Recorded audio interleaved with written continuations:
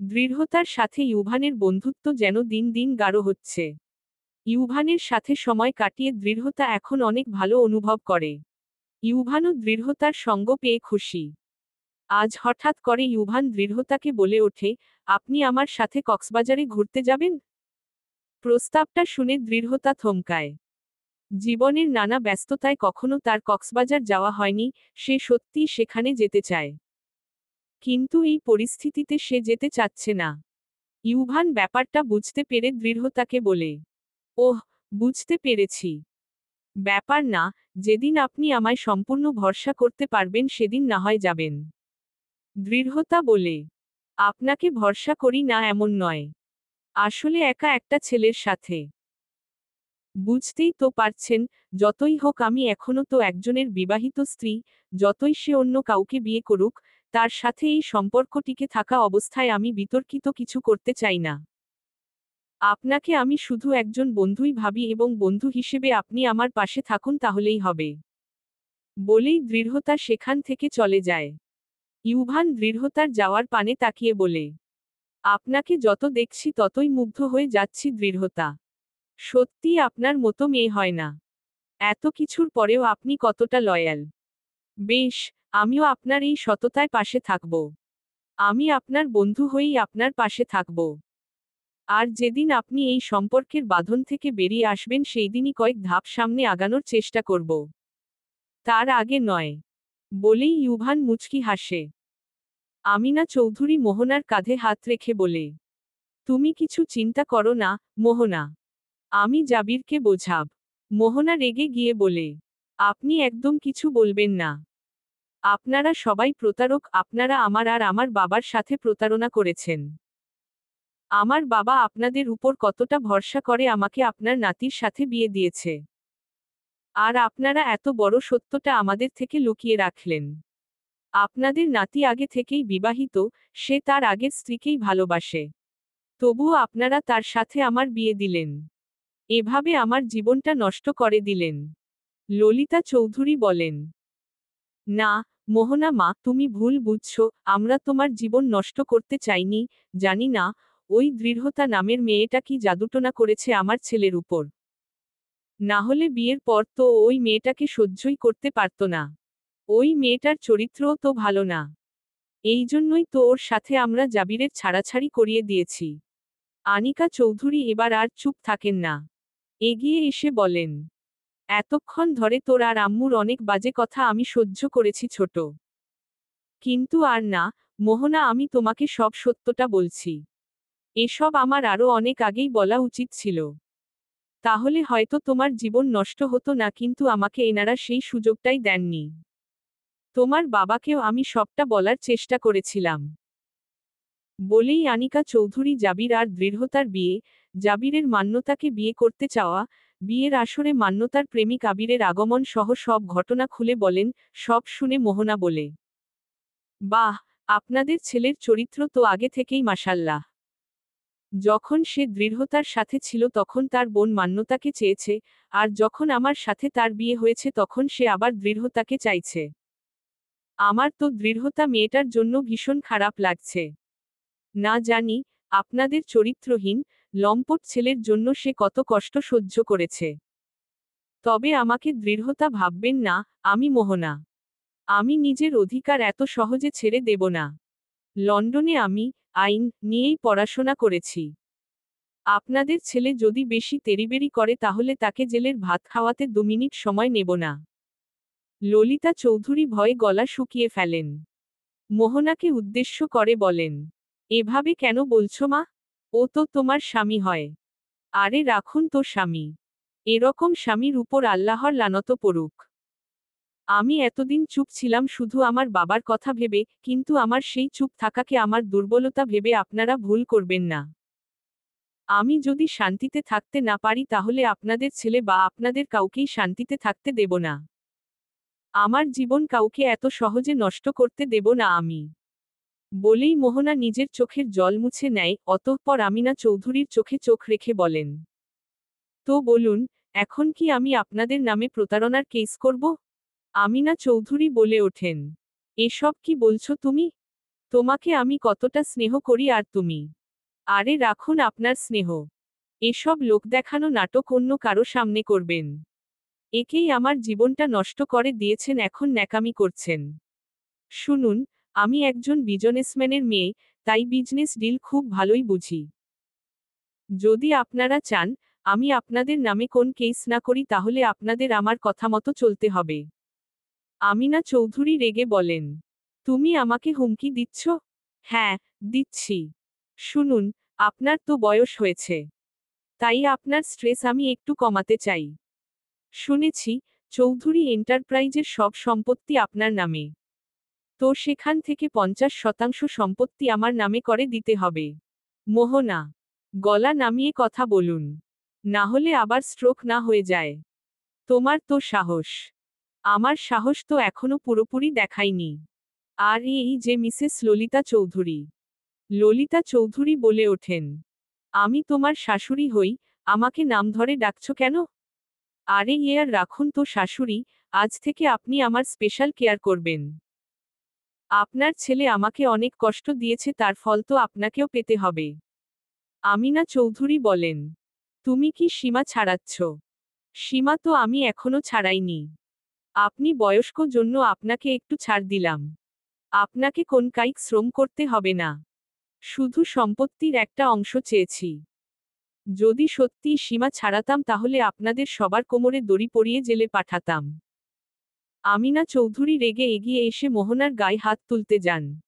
মোহনা আমিনা চৌধুরীর হাত ধরে ফেলে বলেন, এই বয়স্ক হাতে এত শক্তি নেই, তাই শুধু শুধু এত পরিশ্রম করিয়েন না। এই হাত দিয়ে থাপ্পড় না মেরে সম্পত্তি লিখে দিন। আর না হলে জেলের ভাত খাওয়ার প্রস্তুতি নিন। বলেই মোহনা ললিতা চৌধুরীর উদ্দেশ্যে বলে, এই বাড়ির যে কাজের মেয়েটা আছে একদম ভালো রান্না করতে পারে না। আপনি তো আমার বৌভাতের দিন বেশ সুন্দর বিরিয়ানি করেছিলেন, জান আজ আবার আমার জন্য বিরিয়ানি বানান। আমি পারবো না। পারতে আপনাকে হবেই। দাদিমা আপনার বৌমাকে বোঝান। আমিনা চৌধুরী ললিতা চৌধুরীকে আদেশ দিয়ে বলেন, মোহনা যা বলছে তাই করো। অগত্যা ললিতা চৌধুরী শাশুড়ির আদেশ পালন করেন। আনিকা চৌধুরী এগিয়ে এসে আমিনা চৌধুরীর কানে কানে বলে, এতদিন শুধু প্রবাদী শুনেছি খাল কেটে কুমির ডাকা, আজ নিজের চোখে দেখেও নিলাম। এই মেয়েকে নিজের নাতির সাথে বিয়ে দিয়ে আপনি নিজের কবর নিজেই খুঁড়েছেন আম্মা। এবার ফল ভোগ করুন। আমিনা চৌধুরী গরম চোখে তাকায়। কিন্তু তার এই সব রাগ এখন ভিত্তিহীন। মোহনা জাবিরের রুমে প্রবেশ করল। জাবির তখন ড্রেস চেঞ্জ করছিল। মোহনাকে এভাবে আসতে দেখে ভড়কে গিয়ে বলল, এভাবে চলে আসলেন কেন? মিনিমাম ভদ্রতাটুকু শেখেননি? কারো রুমে আসার আগে যে নক করে আসতে হয় সেটা কি ভুলে গেছেন? মোহনা ধীর পায়ে এগিয়ে এসে বলল, আমাক্স আপনার ভদ্রতা শেখাতে হবে না মিস্টার জাবির। আর আপনি ভুলে যাচ্ছেন আমি আপনার বিবাহিত স্ত্রী, তাই আমি যখন খুশি যেভাবে খুশি আপনার রুমে আসতে পারি। জাবির বলে, কিন্তু আমি এই বিয়েটা মানি না, আমি দৃঢ়তাকেই এখনো অবধি মন থেকে আমার স্ত্রী মানি। আপনার মানা বা মানায় তো কিছু যায় আসে না। আমি আপনার স্ত্রী আর এটাই হলো সত্য। তাই ভালো হয় যদি আপনি বাস্তবতাকে স্বীকার করুন। বলেই মোহনা জাবিরের কাছে এগিয়ে গিয়ে তার পরনের টাওয়াল ধরে টান মারে। যার ফলে জাবির সম্পূর্ণ বিব্রত অবস্থায় পড়ে যায়। মোহনা বলে, এবার একদম ঠিক আছে। জাবির রাগী স্বরে বলে, এটা কি ধরনের অসভ্যতা? অসভ্যতার কিছু তো আপনি এখনো দেখেননি। এবার বুঝবেন আসল অসভ্যতা কাকে বলে। কথাটা বলেই মোহনা দরজাটা লাগিয়ে জাবিরের দিকে এগোতে থাকে। জাবির পুরো স্তব্ধ হয়ে যায়। মোহনা জাবিরের অনেক কাছে চলে আসে। এ পর্যায়ে জাবিরও নিজের নিয়ন্ত্রণ হারিয়ে মোহনাকে কাছে টেনে নেয়। মোহনার কপালে একটা চুমু খায়, অতঃপর মোহনার শাড়ির আঁচল সরাতে যাবে এমন সময় মোহনা জাবিরকে ধাক্কা দিয়ে নিজের থেকে দূরে সরিয়ে দেয়। জাবির মোহনার এই ব্যবহারে হতবাক হয়। সাথে নিজের হুঁশেও ফিরে আসে। আর বলে, এটা আমি কি করতে যাচ্ছিলাম? মোহনা বাঁকা হেসে বলে, কি হলো? নিজের আসল চরিত্র বেরিয়ে এলো তো? এটাই রিয়াল আপনি। মুখে যতই বলুন, দৃঢ়তা নামের মেয়েকে ভালোবাসেন, তাকে স্ত্রী হিসেবে মানেন, কিন্তু আসলে আপনি শুধু নিজেকেই ভালোবাসেন আর কাউকে না। যদি সত্যি আপনি দৃঢ়তাকে ভালোই বাসতেন তাহলে এভাবে আমার সাথে ঘনিষ্ঠ হতেন না, বরঞ্চ নিজেকে নিয়ন্ত্রণ করে আমায় দূরে ঠেলে দিতেন। আপনার আমার সাথে এই ঘনিষ্ঠতাই প্রমাণ করে দেয় যে আপনি এক নারীলোভী, চরিত্রহীন পুরুষ। আপনার সাথে ঘনিষ্ঠ হওয়া আমার উদ্দেশ্য ছিল না। আপনাকে সত্যটা উপলব্ধি করানোই আমার উদ্দেশ্য ছিল। এনিওয়ে, আপনিও প্রস্তুত হয়ে নিন। কর্মা বলে একটা শব্দ আছে, যত অন্যায় করেছেন আপনি জীবনে তার ফল একদিন না একদিন পাবেনই। আমার কথা মিলিয়ে নেবেন। বলেই মোহনা তেজ দেখিয়ে রুম থেকে বেরিয়ে যায়। জাবির মোহনার যাওয়ার পানে তাকিয়ে বলে, কি বলে গেল মোহনা মেয়েটা? এসবের মানে কি? এদিকে রুমের বাইরে এসে বলে, আমার কথার অর্থ হয়তো আপনি এখন বুঝতে পারছেন না মিস্টার জাবির। তবে সময়ের সাথে সাথে ঠিকই বুঝে যাবেন। 3 মাস পর জাবির ক্লান্ত পরিশ্রান্ত হয়ে অফিসের ডেস্কে এসে বসল। আজকাল মোহনা অফিসের দায়িত্ব নিয়েছে। সবটাই আমিনা চৌধুরীর ইচ্ছায়। মোহনা অফিসের দায়িত্ব নিয়েছে থেকে জাবিরের জীবনটা পুরো হেল করে রেখেছে। অফিসে সবসময় তাকে অপমান অপদস্থ করে চলে। রোজকার এটা নিত্যদিনের রুটিন হয়ে দাঁড়িয়েছে। জাবির এখনো অপেক্ষা করছে কখন মোহনা তাকে ডেকে কিছু তিক্ত কথা শুনিয়ে দেয়। এজন্য বেশি অপেক্ষাও করতে হলো না। একটু পরই মোহনা জাবিরকে ডেকে পাঠালো। জাবির মোহনার কেবিনে যেতেই মোহনা জাবিরের মুখের উপর কিছু ফাইল ছুঁড়ে মেরে বলল, কি করেছেন এসব? কাজে তো দেখছি আপনার কোন মন নেই। শুধু শুধু মাস গেলে এতগুলো টাকা বেতন নেন। জাবির দাঁতে দাঁত চেপে বলে, এটা আমার পারিবারিক কোম্পানি। সেটা জানি আমি, কিন্তু আমার কেন জানি মনে হয় আপনি বিজনেস করার জন্য জন্মাননি। এই বিজনেস আপনার জন্য নয়। তার থেকে ভালো একটা কাজ করুন, চুড়ি শাড়ি পরে রাস্তায় গিয়ে নাচ দেখান। সেটা আপনাকে বেশি ভালো মানাবে। মোহনা। এই আওয়াজ নিচে। মোহনা ম্যাডাম বলে ডাকবেন আমায়, এটা বাড়ি নয় অফিস, আর এখানে আমি আপনার বস। জাবির রেগে ডেস্ক থেকে বের হতেই চেয়ে দেখল অফিসের বাকি সবাই তার দিকে তাকিয়ে আছে। কেউ কেউ তো মুচকি মুচকি হাসছে। এই অপমান আর সহ্য হলো না তার। জাবির এবার অফিস থেকেই বেরিয়ে গেল। মোহনা নিজের কেবিন থেকে বেরিয়ে জাবিরকে যেতে দেখে বলল, এটা তো কেবল শুরু মিস্টার জাবির। আনিকা চৌধুরীর কাছে আমি সব শুনেছি আপনি কত অন্যায় করেছেন। সেসব কিছুর জন্য এটুকু তো আপনার পাওনা ছিলই। তবে শুধু আপনাকেই শাস্তি দিলে তো হবে না, সাথে আপনার মা দাদির ব্যবস্থাও করতে হবে। সেটাও আমি করছি। বলেই সে ফোন বের করে ললিতা চৌধুরীর নাম্বারে কল করল। ললিতা চৌধুরী ফোনটা রিসিভ করতেই মোহনা বলে, আজ আমার কিছু গেস্ট আসবে। তাদের জন্য খাসির কাটলেট, গরুর কালো ভুনা, মুরগির রোস্ট, হাঁসের তরকারি, pulao, chicken shawarma, chow mein, chilli chicken, এসব কিছু যেন হয়ে যায়। কি বলছো তুমি? আমি একা হাতে এত কিছু করব? বাতের ব্যথাটা যে বড্ড বেড়েছে। চুপচাপ যা বলছি করুন। আর বাড়িঘর ইদানিং বেশ নোংরা দেখছি, সব ধুয়ে মুছে সাফ করবেন। বলেই সে ফোনটা রেখে বলে, আমিনা চৌধুরীর জন্য এর থেকেও বড় ঝটকা অপেক্ষা করছে। তবে সেটা আপাতত তোলা থাক। দৃঢ়তা মিষ্টি ও রাফার চুল সুন্দর করে খোপা করে দিচ্ছিল। রাফা তো দৃঢ়তার এই গুণ দেখে ভীষণ মুগ্ধ হয়ে বলে, বাহ আন্টি, তোমার হাতে তো জাদু আছে। আমাকে কি সুন্দর করে সাজিয়ে দিলে।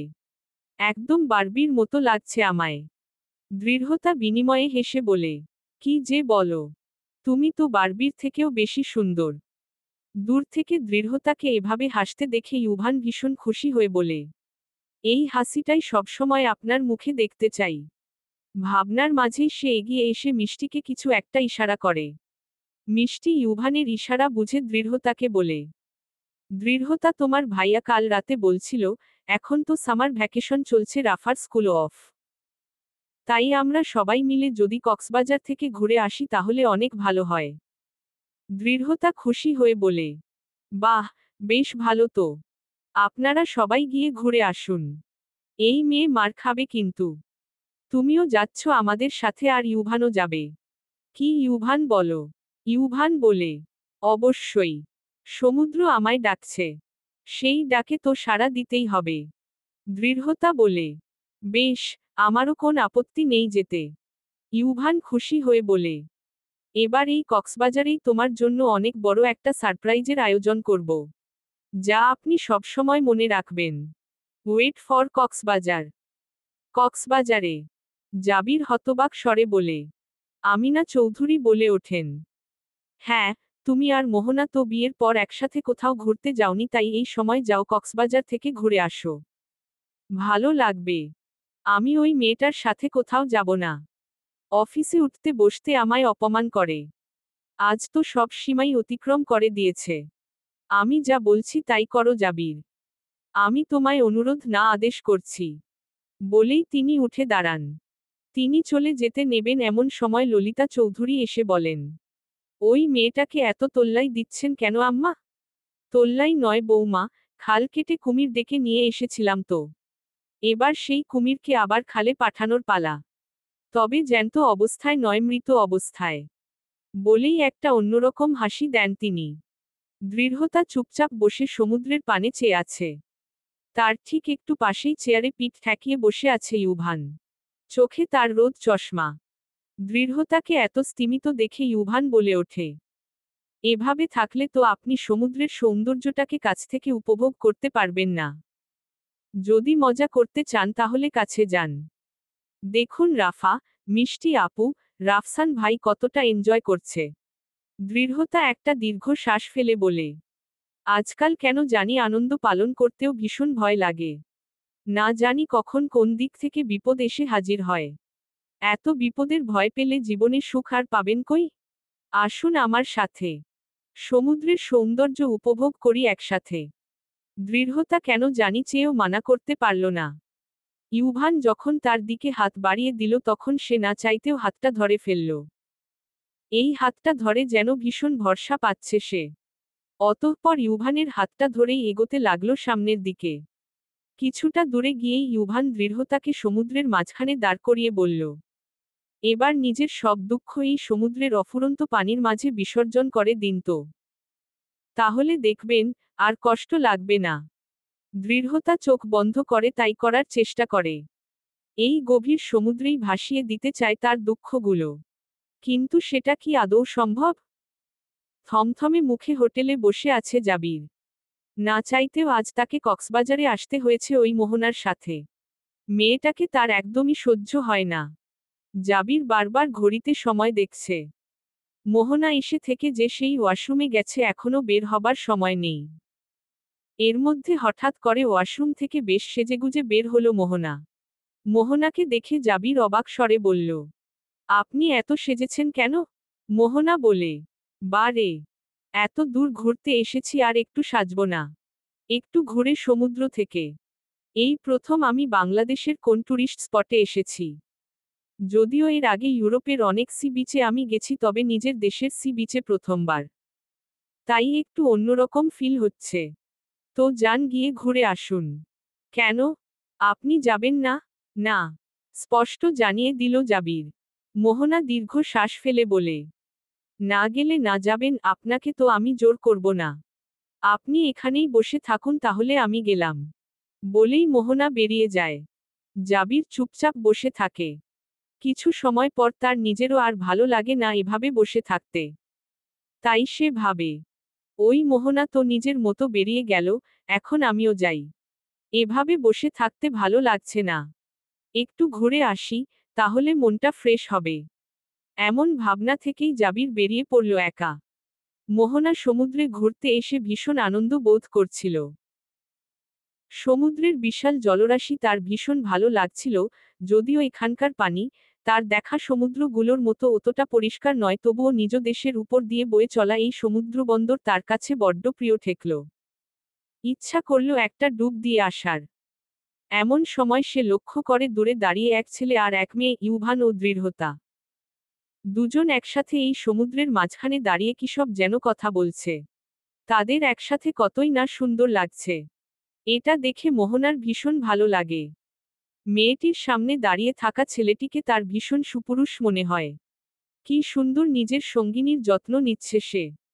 রোদ যাতে তাকে স্পর্শ করতে না পারে সেজন্য হাত তার মাথার উপর রেখেছে। নিজের জন্যেও তো এমনই একজনকে চেয়েছিল মোহনা। সে তাকে সব বিপদ আপদ থেকে আগলে রাখবে। কিন্তু ভাগ্যের পরিহাসে আজ এমন একজন সঙ্গীকে তার বরণ করে নিতে হয়েছে যে কিনা আর ভাবতে পারল না মোহনা। সবসময় শক্ত থাকা মেয়েটার মনও এবার নরম হয়ে গেল। নিজের বাবার একটা ভুল সিদ্ধান্ত তার জীবনটা যেন তছনছ করে দিয়েছে। এসব ভেবে তার কান্না পেয়ে গেল। এখানে তার চেনাজানা কেউ নেই, তাই এতদিনের জমিয়ে রাখা কান্নাগুলো সব একসাথে প্রকাশ পেল। এদিকে সমুদ্রের পানিতে দৃতাকে মজা করতে দেখে ইউভানের ভীষণ ভালো লাগছিল। সে বলে ওঠে, আপনাকে সবসময় এভাবেই সুখী দেখতে চাই দৃঢ়তা। এই সুখটুকু আপনি ডিজার্ভ করেন। এমন সময় হঠাৎ করে দৃঢ়তা পড়ে যেতে নিতেই ইউভান তাকে ধরে নিয়ে বলে, সাবধান, সামলান নিজেকে। দৃঢ়তা উঠে দাঁড়িয়ে বলে, ধন্যবাদ। আপনি না থাকলে যে কি হতো। কোন ব্যাপার না, আপনার যে কোনো বিপদে আমি ঢাল হয়ে দাঁড়াবো, কথা দিলাম। দৃঢ়তা আর কিছু বলতে যাবে এমন সময় রাফা সেখানে চলে এসে দৃঢ়তার হাত করে ধরে বলে, আন্টি এদিকে এসো, দেখবে কি সুন্দর একটা কচ্ছপ। দৃঢ়তা রাফার সাথে যায়। ইউভান তার যাওয়ার পানে তাকিয়ে থাকে। মোহনা একা একাই কিছু সময় সমুদ্র সৈকতে ঘুরতে ঘুরতে হঠাৎ করেই একটা ফাঁকা স্থানে চলে আসে। মোহনা এতটাই বেখেয়ালি ছিল যে লক্ষ্যই করেনি এত সময় ধরে কিছু লোক তাকে অনুসরণ করছিল গোপনে। এই সুযোগটাকেই তারা কাজে লাগালো। মোহনা কিছু বুঝে ওঠার আগেই তার সামনে এসে দাঁড়ালো। মোহনা হঠাৎ এভাবে কিছু অচেনা মানুষকে দেখে হতবাক স্বরে বলল, এ কি? কারা আপনারা? তারা মোহনাকে কিছু বলার সুযোগ না দিয়েই হঠাৎ করে তার মুখে চেপে ধরল। আরেকজন একটা ধারালো ছুরি বের করল। সামনে কি হতে পারে সেটা বুঝতে পেরেই মোহনার বুক কেঁপে উঠল। সে চোখ বন্ধ করে মহান সৃষ্টিকর্তা আল্লাহ তায়ালাকে স্মরণ করতে লাগল। বলল, হে আল্লাহ, আমাকে রক্ষা করুন। আজ কি তাহলে এখানেই সবটা শেষ হয়ে যাবে? দৃঢ়তা রাফাকে নিয়ে সামুদ্রিক মাছের আড়তের কাছাকাছি চলে যায়। এই স্থানে বিভিন্ন সামুদ্রিক প্রজাতির মাছ বিক্রি করা হচ্ছিল। রাফা এসব দেখে খুশি হয়ে যায়। দৃঢ়তারও ভালো লাগছিল। রাফা তো বিভিন্ন মাছের নাম জানতে চাইছিল, দৃতা ফোন ঘেঁটে তাকে সব মাছের নাম বলছিল। এভাবেই মাছের আড়তে ঘুরতে ঘুরতে হঠাৎ করে দৃঢ়তা থমকে যায়। তার সামনে দাঁড়ানো পুরুষটিরও অবস্থা কিছুটা একই। দীর্ঘ ৩ মাস। ৩ মাস পর এভাবে যে কক্সবাজারে এসে দৃঢ়তার মুখোমুখি হবে তা কল্পনাও করেনি জাবির। যাকে সে এত খুঁজে বেড়াচ্ছিল তাকে কিনা এভাবে দেখতে হলো। জাবির কোন অনুভূতিই প্রকাশ করতে পারল না। সে একাধারে খুশি ও অবাক। এদিকে দৃঢ়তা ভীষণ অস্বস্তিকর এক পরিবেশে পড়ল। জাবিরকে দেখেই সে চোখ নামিয়ে রাফাকে নিয়ে অন্যদিকে যাইতে চাইল, এমন সময় জাবির দৌড়ে এসে দৃঢ়তাকে জড়িয়ে ধরে বলল, দৃঢ়তা তুমি এখানে? তুমি জানো না আমি তোমায় এতদিন কত খুঁজেছি। অবশেষে তোমার দেখা পেলাম। আমি তোমার সাথে অনেক অন্যায় করেছি দৃঢ়তা, তোমার মতো হীরার মূল্য বুঝতে পারিনি। যার ফল আমায় পেতে হয়েছে। তবে এবার আর সেই ভুলের পুনরাবৃত্তি হবে না। তোমাকে আমি নিজের করে নেবই। জাবিরের বলা কথাগুলো শুনে দৃঢ়তা একটা স্থবির হয়ে যায়, কি বলছে এসব জাবির? দৃঢ়তা বুঝে উঠতে পারে না। সে নিজেকে জাবিরের থেকে ছাড়িয়ে নেয়ার চেষ্টা করে কিন্তু কিছুতেই জাবিরের শক্ত বন্ধন থেকে নিজেকে মুক্ত করতে পারে না। কিছুটা দূরে দাঁড়িয়ে এই দৃশ্য দেখে নিজের হাত মুষ্টিবদ্ধ করে নেয় ইউভান। সে এসেছিল রাফা ও দৃঢ়তার খোঁজে। কিন্তু এসেই যে এমন কিছু দেখবে ভাবেনি। তার বুকের এক কোণে সূক্ষ্ম ব্যথা অনুভব হলো দৃঢ়তাকে এভাবে অন্য একজনের সাথে দেখে। দৃঢ়তা জাবিরকে একটু হালকা ধাক্কা দিয়ে নিজের থেকে খানিক দূরে সরিয়ে দিল। অতঃপর বলল, আপনি এখানে? জাবির বলল, এই প্রশ্ন তো আমার তোমাকে করা উচিত দৃঢ়তা। তুমি আমাদের কাউকে কিছু না বলে এভাবে পালিয়ে এত দূরে চলে এলে। আর এত দিন ধরে আমার থেকে পালিয়ে বেড়ালে। এখানে পালিয়ে বেড়ানোর কিছু নেই, আপনার সাথে তো এখন নিশ্চয়ই মান্যতা আপুর বিয়ে হয়ে গেছে। না, আমার আর মান্যতার বিয়ে হয়নি। দৃঢ়তা হতবাক স্বরে বলে, হয়নি মানে? এমন সময় জাবির বলে ওঠে, তুমি সেদিন পালিয়ে আসার পরই জাবিরের প্রেমিক আবির ফিরে আসে, আর যার কারণে মান্যতা বিয়েটা ভেঙে দিয়ে চলে যায়। এরপর আমি তোমায় অনেক খুঁজে বেরিয়েছি, কিন্তু কোথাও তোমার কোন খোঁজ পাইনি। আমি নিজের সব ভুল বুঝতে পেরে গেছি দৃঢ়তা। তুমি প্লিজ আমার জীবনে ফিরে আসো। দৃঢ়তা কি বলবে কিছুই বুঝতে পারে না। তার মাথা একদমই কাজ করছিল না। এমন সময় ইউভান এগিয়ে এসে বলে, দৃঢ়তা, কে এই লোকটা? আর উনি আপনাকে কি বলছেন? আপনি কি চেনেন ওকে? জাবির বলে ওঠে, আপনি কে? আমি স্বামী হই দৃঢ়তার। ইউভান হতবাক স্বরে বলে, স্বামী? ওহ, মানে আপনি সেই মেরুদণ্ডহীন কাপুরুষ ব্যক্তি যিনি দৃঢ়তার এত কষ্টের কারণ। যতদূর জানি, আপনার তো এখন নিজের পছন্দের মেয়ের সাথে বিয়ে হয়ে গেছে, তাহলে 3 মাস পর হঠাৎ আবার দৃঢ়তাকে দেখতে পেয়ে এভাবে জড়িয়ে ধরলেন কেন? একদম ফুলের মতো চরিত্র তো আমার। Mind your language. আমাকে এসব বলার আপনি কে বে? দৃঢ়তা স্ত্রী হয় আমার আর আমি ওর স্বামী। আপনি কোথাকার কোন হরিদাস পাল যে আমাদের মাঝে কথা বলছেন? এমন সময় হঠাৎ করে মোহনা সেখানে উপস্থিত হয়ে বলে, যদি দৃঢ়তা আপনার স্ত্রী হয় তাহলে আমি কে? কথাটা শুনেই জাবির মোহনার দিকে তাকায়। মোহনার সাথে মিষ্টি ও রাফসানও ছিল। মোহনা এগিয়ে এসে জাবিরের মুখোমুখি হয়ে তার শার্টের কলার চেপে ধরে বলে, এদিকে আমার উপর গুন্ডারা আক্রমণ করে আমার প্রাণনাশের চেষ্টা করছে, আর এদিকে আমার স্বামী তার প্রাক্তন স্ত্রীর সাথে। ছি, আমার ভাবতেও ঘৃণা হচ্ছে। আজ যদি এনারা মিষ্টি ও রাফসানের দিকে ইশারা করে সঠিক সময় আমাকে বাঁচাতে না আসতেন তাহলে যে আমার কি হতো? ভাবতেই তো দম বন্ধ হয়ে আসছে। আপনি আর আপনার পরিবার মিলেই এসব করেছেন তাই না? জাবির বলে ওঠে, দৃঢ়তা আমার প্রাক্তন স্ত্রী নয়। আইনত ও এখনো আমার স্ত্রী। দৃঢ়তা যেন আজ একের পর এক অবাক হচ্ছিল। একেই এতগুলো দিন পর জাবিরের মুখোমুখি হওয়া। তার উপর জানতে পারা যে, জাবিরের সাথে তার মান্যতা আপুর বিয়ে হয়নি। এখন আবার এই অচেনা অজানা মেয়ের হঠাৎ করে নিজেকে জাবিরের স্ত্রী বলে দাবি করা সব বিষয় তাকে অবাক করছে। দৃঢ়তা বলে ওঠে, এসবের মানে কি? জাবির বলে ওঠে, দৃঢ়তা আমায় একটু সুযোগ দাও। আমি তোমাকে সব বুঝিয়ে বলছি। মোহনা বলে, যা বলার আমি বলছি, আমি মোহনা, জাবিরের বর্তমান স্ত্রী। দৃঢ়তা জাবিরের দিকে তাকায়। জাবির ছটফট করছিল কিছু একটা বলার জন্য। এমন সময় ইউভান বলে ওঠে, বাহ, মিস্টার জাবির চৌধুরী, আপনার চরিত্র তো যতটা সুন্দর ভেবেছিলাম তার থেকেও কয়েকগুণ বেশি সুন্দর। প্রথমে দৃঢ়তার মন নিয়ে খেললেন, তারপর ওর বড় বোন মান্যতার, আর এখন এই মহিলার। আপনার প্রশংসা না করে পাচ্ছি না। মিষ্টি দৃঢ়তাকে বলে, দৃঢ়তা জানো, এই মেয়েটাকে আজ সমুদ্রের কাছে কে বা কারা যেন আক্রমণ করেছিল। ভাগ্য ভালো আমি আর রাফসান সঠিক সময় সেখানে পৌঁছে যাই, না হলে যে আজ কি হয়ে যেত। দৃঢ়তা নিশ্চুপ থাকে। সে কোন কিছুই বুঝে উঠতে পারছিল না। এরই মধ্যে জাবির বলে, আমাকে তো কেউ নিজের দিকটা ব্যাখ্যা করার সুযোগই দিচ্ছে না। আমি মোহনাকে নিজের ইচ্ছায় বিয়ে করিনি। শুধুমাত্র পরিবারের চাপে বাধ্য হয়ে আমায় এই বিয়েটা করতে হয়েছে। কিন্তু মন থেকে এই বিয়েটা আমি মানিনি। আমি এখন বুঝতে পেরেছি আমি নিজের আসল ভালোবাসা চিনতে ভুল করেছি। দৃঢ়তা আমার কাছ থেকে দূরে সরে যাবার পরই আমি উপলব্ধি করেছি আমি ওকে কতটা ভালোবাসি।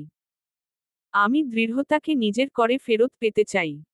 আর মোহনাকেও ডিভোর্স দিতে চাই।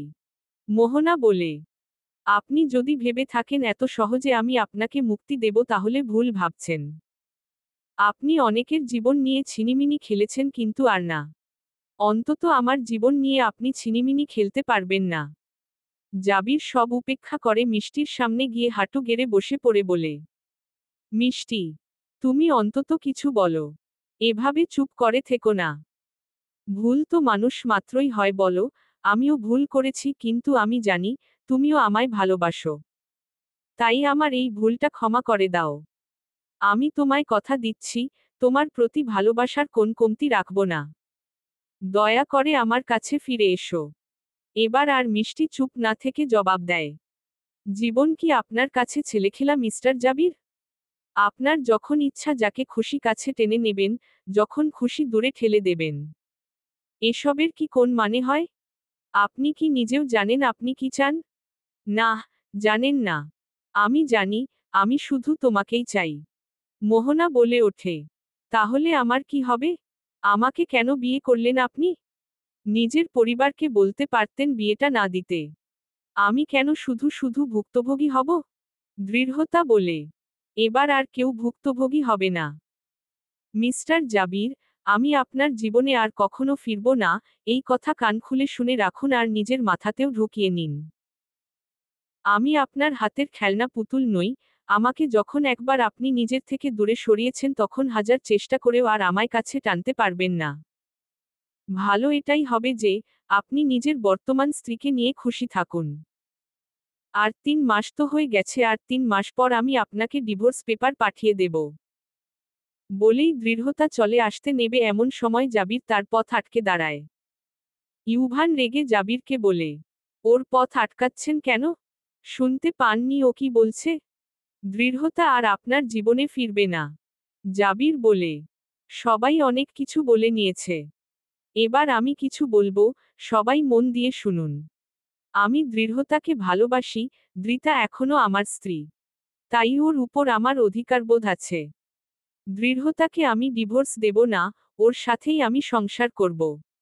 সেটা দৃঢ়তার ইচ্ছায় হোক বা অনিচ্ছায়, আর এটাই আমার শেষ কথা। এটা করা থেকে কোন আইন আমায় আটকাতে পারবে না। মিস্টার জাবির। দৃঢ়তা রাগী চোখে জাবিরের দিকে তাকায়। জাবির সেসবকে পাত্তা না দিয়ে দৃঢ়তার হাত শক্ত করে ধরে বলে, আমার কাছে ফিরে এসো তুমি। এটাই তোমার জন্য ভালো হবে। মোহনা বলে, আপনি দৃঢ়তা ডিভোর্স দেবেন না, তাই তো? তাহলে আমার কথাও শুনে রাখুন, আমিও আপনাকে ডিভোর্স দেব না। বেশ তো, কোন অসুবিধা নেই। আমি না হয় 2 বউ নিয়ে সংসার করলাম। জাবিরের কথা শুনে দৃঢ়তা ও মোহনা দুজনেই তার দিকে ঘৃণার সাথে তাকায়। দৃঢ়তা হোস্টেলে ফিরে জাবিরের বলা কথাগুলোই ভাবছিল বসে বসে। তার মনে কেন জানি এক বিন্দু পরিমাণ শান্তি ছিল না।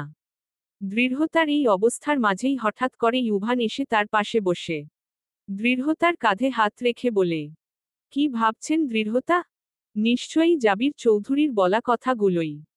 দৃঢ়তা দীর্ঘ শ্বাস ফেলে বলে, মিথ্যা বলবো না। আমি আসলেই সেই ব্যাপারে ভাবছিলাম। আমি জানি না কেন, কিন্তু ওনার বলা কথাগুলো আমায় ভীষণ ভাবাচ্ছে। উনি কেন বলে গেলেন যে, আমাকে যেভাবেই হোক আবার ওনার জীবনে ফেরাবেন? আমি তো ওনার জীবনে আর ফিরতে চাই না। এত চিন্তা করার কিছু নেই। উনি বললেই তো আর কিছু হয়ে গেল না।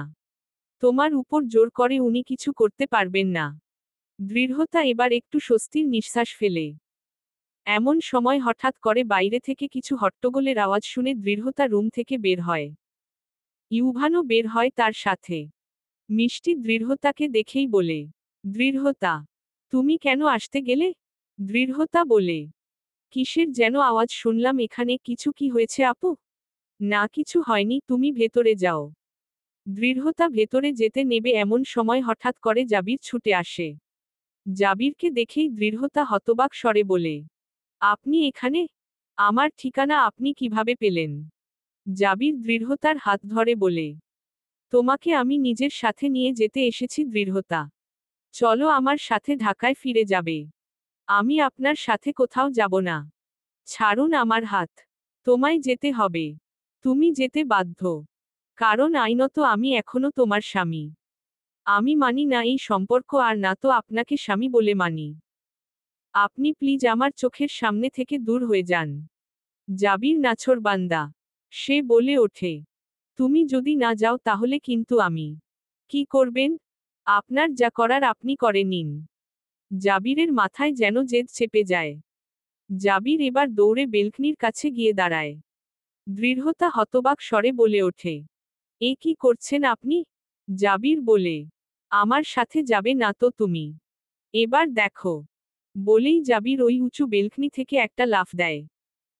সবকিছু এত দ্রুত ঘটে যায় যে দৃঢ়তা কিছু বুঝেই উঠতে পারে না, কিন্তু যখন বুঝতে পারে তখন ভয়ে চিৎকার করে বলে ওঠে, মিস্টার জাবির। জাবিরকে কক্সবাজারের স্থানীয় একটি হাসপাতালে নিয়ে আসা হয়েছে। কিন্তু এত উপর থেকে পড়ে যাওয়ায় তার অবস্থা ভীষণ খারাপ। অনেক ব্লাড লস হয়েছে আর তার চিকিৎসার জন্যেও অনেক ব্লাডের প্রয়োজন। এছাড়া কক্সবাজারে তার চিকিৎসার জন্য উন্নত প্রযুক্তিও নেই, এজন্য চট্টগ্রামে স্থানান্তর করা হলো। তবে চট্টগ্রামে নিয়ে গিয়েও বেশ একটা লাভ হলো না। দৃঢ়তা, ইউভান সাথে রাফসানও এসেছে চট্টগ্রামে। মোহনাও খবর পেয়ে ছুটে এসেছে। মোহনার চোখে জাবিরের জন্য উৎকণ্ঠা দেখেছে দৃঢ়তা। যা থেকে বোঝা যায় মোহনার মনে হয়তো জাবিরের প্রতি একটু হলেও অনুভূতি আছে। ব্যাপারটা ভেবেই দীর্ঘ শ্বাস ফেলে দৃঢ়তা। তার কেন জানি ব্যাপারটা একটু খারাপ লাগে। মনের কোণে একটু ঈর্ষা বোধ হয়। এরই মধ্যে একজন ডাক্তার এসে বলেন, ওনার চিকিৎসার জন্য আমাদের প্রচুর এ ব্লাড গ্রুপ দরকার। দৃঢ়তা বলে, আমার ব্লাড গ্রুপ এ, আমি ওনাকে ব্লাড দিব। বেশ, আসুন তাহলে। মোহনা দৃঢ়তার দিকে এগিয়ে এসে বলে, আপনাকে অনেক ধন্যবাদ। জাবির আপনার সাথে এত কিছু করেছে, তবুও আপনি। এখানে ধন্যবাদের কিছু নেই। ওনাকে রক্ত দেয়াটা আমার কর্তব্য। বলেই একটু থমকে যায়। অতঃপর বলে, ওনার জায়গায় অন্য কেউ হলেও আমি দিতাম। কারণ এটা মানবতার ব্যাপার। দৃঢ়তা চলে যায় জাবিরকে ব্লাড দিতে। ইউভান খেয়াল করে জাবিরের কথা ভেবে দৃঢ়তা যেন একটু বেশিই চিন্তিত হয়ে গেছে। এই ব্যাপারটা তার একদম ভালো লাগে না। তবুও সে এটা ভাবে যে, দৃঢ়তা হয়তো সবটা মানবিকতার খাতিরেই করছে। এটা ভেবেই সে শান্ত হয়। 2 দিন পর, জাবির এখন একদম সেরে উঠেছে। জাবিরের অ্যাক্সিডেন্টের খবর পেয়ে আমিনা চৌধুরী ও ললিতা চৌধুরী, জলিল চৌধুরীও ছুটে এসেছেন। তবে আনিকা চৌধুরী আসেননি। কারণ তার নিজের শরীরও খুব একটা ভালো না এবং তিনি কিছুদিন থেকে বিছানায় পড়ে আছেন। ললিতা চৌধুরী তো নিজের ছেলের পুরো অবস্থার দায় মোহনার উপর চাপিয়ে বললেন, এই মেয়েটার সাথে ঘুরতে এসেই আমার ছেলেটার আজ এই অবস্থা। তখন মোহনাও চুপ না থেকে বলে, আমাকে দোষারোপ করা বন্ধ করে সত্যটা জানুন। আমি যদিও এটা বলতে চাইনি, কিন্তু এখন বলছি, আমি না, আপনার ছেলের এই অবস্থার জন্য সে নিজেই দায়ী। সে তার প্রাক্তন স্ত্রী দৃঢ়তাকে ফিরে পাওয়ার জন্য ব্ল্যাকমেইল করতে বেলকনি থেকে ঝাঁপ দিয়েছে। দৃঢ়তার কথা শুনেই আমিনা চৌধুরী হতবাক হন। বলেন, তার মানে ওই মেয়েটা এখন চট্টগ্রামে আছে? এরই মধ্যে একজন ডাক্তার এসে বলেন, মিস্টার জাবির চৌধুরীর জ্ঞান ফিরেছে। কিন্তু উনি বেশ পাগলামি করছেন। কথাটা শোনামাত্রই সবাই ছুটে যায় জাবিরের কেবিনের দিকে। কেবিনে প্রবেশ করামাত্রই সবাই দেখতে পায় জাবির নিজের ক্যানুলা খুলছে আর বলছে, আমি কিছু জানতে বা শুনতে চাই না। আমি আমার দৃঢ়তার কাছে যাব। আমার ওর সাথে কথা বলা দরকার। ললিতা চৌধুরী এগিয়ে এসে বলেন, শান্ত হও জাবির। না, আম্মু, আমি শান্ত হব না। তোমরা সবাই দৃঢ়তাকে আমার থেকে আলাদা করে দিয়েছ। ওকে ছাড়া আমি বাঁচতে চাই না। আমি নিজেকে শেষ করে দেব। ললিতা চৌধুরী জাবিরকে সামলাতে বলেন, তুমি শান্ত হও। আমি কথা দিচ্ছি, দৃঢ়তাকে আবার তোমার জীবনে ফিরিয়ে আনব। আমিনা চৌধুরী রাগী কণ্ঠে ললিতা চৌধুরীর উদ্দেশ্যে বলেন, এসব তুমি কি বলছো ছোট বৌমা? তুমি ওই মেয়েটাকে আবারও ফেরাতে চাও? ক্ষমা করবেন আম্মা। আমি কখনো আপনার বিরুদ্ধে যাইনি। কিন্তু এবার প্রসঙ্গ আমার ছেলের জীবন মরণ নিয়ে। তাই আমি এবার আপনার বিরুদ্ধে যেতে বাধ্য হব। জাবির বলে, দৃঢ়তা অনেক জেদি। ও ফিরবে না। তোমরা ওকে আমার থেকে আলাদা করে দিয়েছ। ললিতা চৌধুরী বলেন, ভুল আমরা করেছি তো? বেশ, প্রায়শ্চিত্ত আমরা করব। প্রয়োজনে আমি গিয়ে দৃঢ়তায় পায় পড়ব। ওর কাছে ভিক্ষা চাইব যেন ও তোমার জীবনে ফেরে। তোমার মাথাটা খারাপ হয়ে গেছে নাকি ছোট বৌমা? আমার ছেলেকে আমি মরতে দেখতে পারবো না আম্মা। আপনার অহংকার আর দম্ভ আপনি সাইডে রাখেন। আপনার এই অহংকারের জন্য এই মোহনার মতো একটা ডাইনিকে আমার ছেলের জীবনে এসেছে। এর থেকে তো দৃঢ়তাই ভালো ছিল। আমরা সত্যি হীরার মূল্য বুঝতে পারিনি। তবে এবার আর ভুল করব না। এবার আমি ওকে ফিরিয়ে আনবই। এমন সময় জাবির বলে, আমি জানি ও কোথায় থাকে। সেদিন আমি চট্টগ্রামে ওদের ঠিকানাটাও জেনে নিয়েছি। বেশ, আমায় ঠিকানাটা দাও। আমি নিজে গিয়েছিল দৃঢ়তাকে নিয়ে আসব। মোহনা দূর থেকে এসব শুনে তার চোখ দিয়ে জল গড়িয়ে পড়তে থাকে। তাহলে কি এবার তার সব হারানোর পালা? এদিকে আমিনা চৌধুরী ভাবেন, যাই হোক, এই দৃঢ়তা মেয়েটা অন্তত মোহনার থেকে ভালো হবে। ছোট বৌমাকে আপাতত না আটকাই। এই মোহনা তো মরলও না, এবার ওকে অন্যভাবে সরাতে হবে। তার জন্য যদি দৃঢ়তাকে ব্যবহার করা যায় তাহলেও বা মন্দ কি? চলবে ইনশাআল্লাহ।